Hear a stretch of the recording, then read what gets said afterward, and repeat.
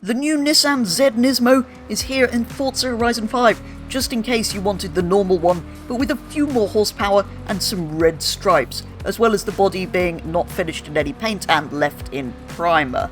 Anyway, today I'm going to quickly show you how you unlock this thing, what's available in the Backstage Pass from last week, and what's in voting for arriving in the Backstage Pass next week, what this thing's like stock, what upgrades and customization are available, including a rather nice wide body kit, and then take it into some open racing. Unusually, to unlock the Nissan Z Nismo, you don't have to complete a certain proportion of the playlist or certain number of points. All you have to do is do one seasonal championship, the exclusive event Nissan Easy, which, as you can see, I've gone and completed. That's not the only new car this week though. We also have the Bentley Flying Spur, which I took a look at in yesterday's video. And if we head over to the Horizon backstage, you'll see that in the shop they've now added a couple of Nissans. We have the Nissan Z and the Nissan Safari Turbo. And in voting to be added next week, we either have an F-Type SVR and an Audi TTRS, or a Mungung SL63 and an Alpine A110. So I'm going to have the Jag. Yes. Back to the Nissan though. Power is up from a nice round 400 brake horsepower in the standard car to a slightly increased 420 in this one. However, the Nismo is somehow over 75 kilos heavier than the standard car. Overall, it's in A-Class at 765, a slight increase over the standard car's 736. Apart from that though, it's essentially the same as the normal car. So let's go back to the festival, because the Nismo has some extensive options over the standard car. Back here at the festival then, if you want to put paint on top of your car's primer, you can go and change the colour to black, silver, white or red, but then the red accent isn't terribly visible. I actually think the white probably looks the best, so that's what I'm going to do for mine. That's not all that's available for visual modifications on this car though. If we go over to conversion, you'll immediately see that there is a body kit from Liberty Walk, which is, well, the main difference of this over the standard car, I suppose, apart from the few other tweaks that are on the Nismo. But yeah, this now has some modification, which actually, particularly at the back, yeah, those exhausts, so much more aggressive at the back. I quite like that. Further to that, there is, of course, then a Liberty Walk ducktail spoiler to go with your kit, or Forza Aero, or a wing delete. So yeah, let's put the full Liberty Walk kit on for now. This is what it looks like out in the main map in Mexico with this kit applied.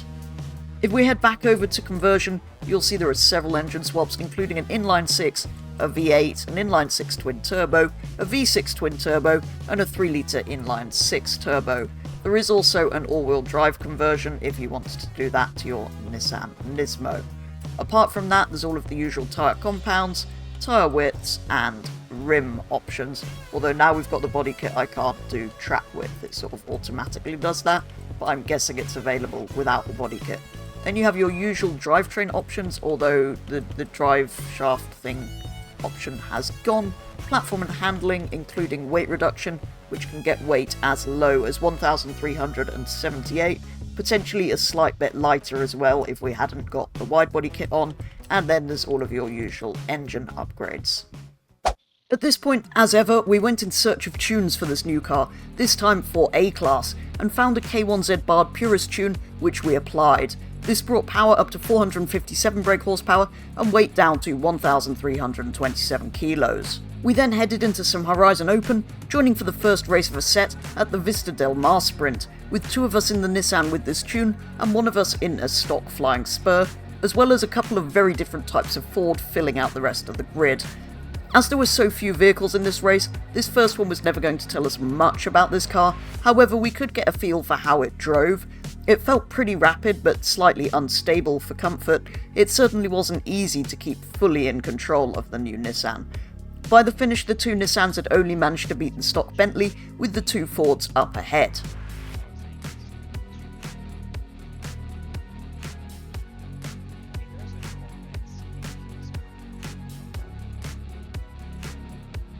Next up was the Lanura Sprint, which contained another Boatley with Forza Aero. The two Nissans spent the first half of the race finding a way past the very wide transit van in front. Yobbo then got very unlucky with the game's idea of a missed checkpoint after we had passed the van, and I got past that Nissan as well. However, the top two were long gone by this point, so it was a third place for my Nissan Z.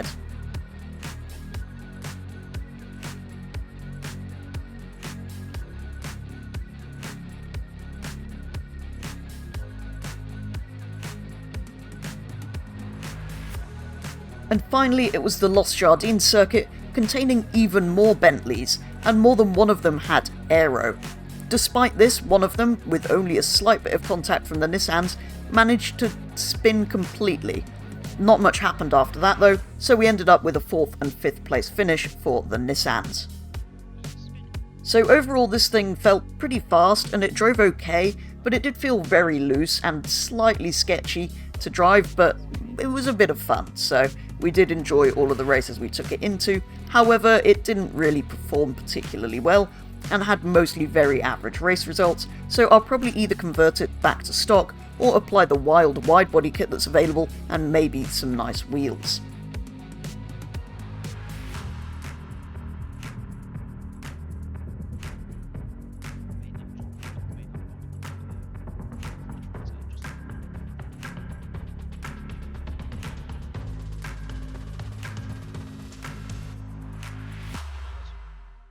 And that is going to do it for today's video, taking a very first look at the new Nissan Z Nismo here in Forza Horizon 5. As you can see, I have now made it more of a road spec in the nice red paintwork with the wide body and some wheels applied. From standard, it seemed like a bit of an unnecessary addition. I don't think it looks any better than the normal car. It's heavier and it's only slightly up on power, so there wasn't really any advantage to having this in the game. I kind of feel like they only added it because they wanted to add the wide body and they wanted to put it on a new car so that people kind of knew that it was being added rather than them just quietly adding it to an existing vehicle, because I feel like they could have just as easily put it on the normal Nissan. But anyway, Nismo is here and it does have the wide body, so overall it's a cool car to have, has some cool customization, and you could potentially use it in A-Class racing, as we found out, but it's not going to be the fastest thing out on the track, but it's decent to drive, pretty fast, and the tunes we had was slightly loose, but still enjoyable to drive. As ever though, do let me know your thoughts on this brand new addition to Forza Horizon 5, but for today's video that is going to be all, so thank you very much for watching, and I will be back with the next one very soon.